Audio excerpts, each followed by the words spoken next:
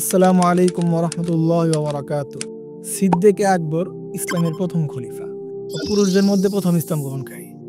শব্দগুলো বললে যার নামটা আমাদের মাথায় সর্বপ্রথম চলে আসে তিনি হলেন আবু বকর সিদ্দিক রাদিয়াল্লাহু তাআলা আনহু। তবে মহামানবকে আমরা আবু বকর নামে চিনলেও তার মূল নাম কিন্তু আবু বকর নয়, বরং তার মূল নাম হলো আব্দুল্লাহ।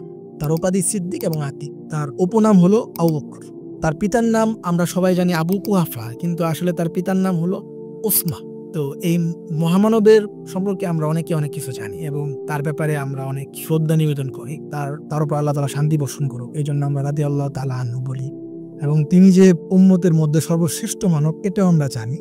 এবং তার অনেক গুণাবলী আছে। তিনি রাসূল করিম সাল্লাল্লাহু আলাইহি ওয়াসাল্লামের হিজরতের সময়ের সাথী। ওমর রাদিয়াল্লাহু আনহু একটা কথা বলেছিলেন যে আবু বকর রাদিয়াল্লাহু আনহু যে রাসূল করিম সাল্লাল্লাহু আলাইহি ওয়াসাল্লামের সাথে 3 দিন ছিলেন হিজরতে, এই আমলকে যদি এক পাল্লা রাখা হয় আর পুরো পৃথিবীর আমলকে যদি এক পাল্লা রাখা হয় তাহলে ওইটাই ভারী হবে। তো তার মর্যাদা অনেক।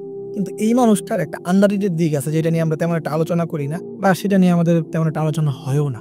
এই মানুষটা ইসলামের প্রথম খলিফা হওয়ার পর সে আন্ডাররেটেড বিষয়টা নিয়ে আজকে আপনাদের সামনে আমি আলোচনা করব।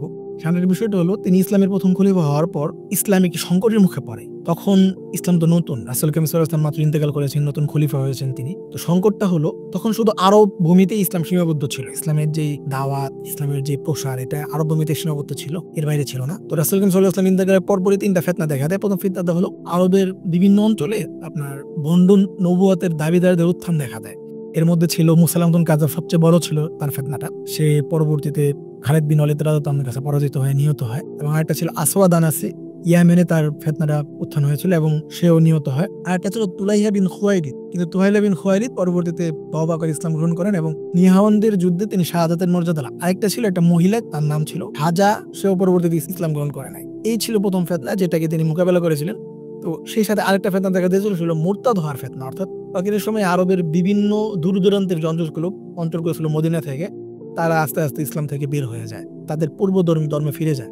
তার ভাবতে থাকে যে রাসূল করিম সাল্লাল্লাহু আলাইহি ওয়াসাল্লাম ইন্তেকাল করেছে, এখন হয়তো বা আমাদের ইসলামে থাকার প্রয়োজন নেই, কারণ রাসূল করিম সাল্লাল্লাহু আলাইহি ওয়াসাল্লাম পর্যন্ত ইসলাম সীমাবদ্ধ ছিল। তো তারা তাদের আগের ধর্মে ফিরে যায়।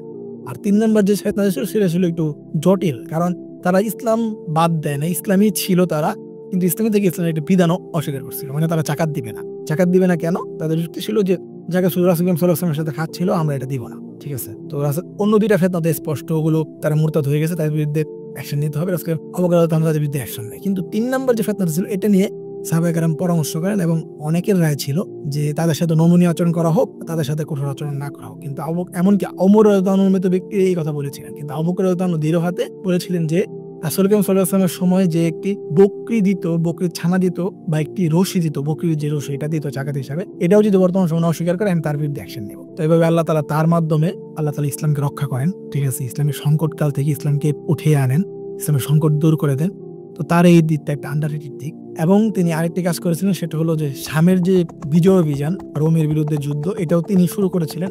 এবং পারস্যদের সাথে যে যুদ্ধটা, এটাতেও তিনি মত দিয়েছিলেন এবং তিনি সেনাবাহিনীতে সাহায্য করেছিলেন। কেন সাহায্য করেন বললাম, কারণ এই যুদ্ধটা তিনি আসলে প্রথম শুরু করেননি। যেটা শুরু হয়েছিল যে পারস্যদের রাসূল করিম সাল্লাল্লাহু আলাইহি ওয়াসাল্লাম তো একটু বদদোয়া করেছিল, আমরা সবাই অনেকেই জানি, পারস্যের যে সম্রাট ছিল খসরু পারভেজ, তার বিরুদ্ধে। তো তার মৃত্যু হয়, তার মৃত্যুর পর তার ছেলে সম্রাট হয়, সেও কয়েকদিন পরে মারা যায়। মারা যাওয়ার পর পারস্যদের মধ্যে একটা রাজনৈতিক টানাপোড়েন শুরু হয়। তো রাজনৈতিক টানাপোড়েন শুরু হওয়ার পর তখন আবার পারস্যরা আরবদেরকে একটু ঘৃণার চোখে দেখতো। তো সীমান্তবর্তী অঞ্চলের যে আরব কতগুলা ছিল বা টুকটাক করদ রাজ্যগুলো ছিল, তারা অনেকেই পারস্যদের বিরুদ্ধে যুদ্ধ করে। এর মধ্যে সবাই যে মুসলিম ছিল এমন না, এর মধ্যে একজন মুসলিম ছিলেন যার নাম সব উল্লেখযোগ্য মুসলিমদের মধ্যে। তিনি এই অভিযানটা শুরু করেছিলেন পারস্য দ্বীপে। তিনি হলেন মুসান্না ইবনে হারেস আশ-শায়বানী। তো তিনি যখন আবু বকর রাদিয়াল্লাহু আনহুকে খেলাফতে এসে বলেন, খেলাফতের দরবারে এসে, তাও আবু বকর রাদিয়াল্লাহু আনহু তার এই আবেদনটা মঞ্জুর করে সেনাবাহিনী পাঠান। তো এটাও তিনি শুরু করেছিলেন। তো শামের যুদ্ধ ফ্রন্ট তিনি চালু করেছিলেন এবং পারস্যদের যে বড় যুদ্ধের ফ্রন্ট, এটাও তিনি চালু করেছিলেন। তো এইভাবে আল্লাহ তাআলা তার মাধ্যমে অনেক বড় খেদমত আঞ্জাম দেন।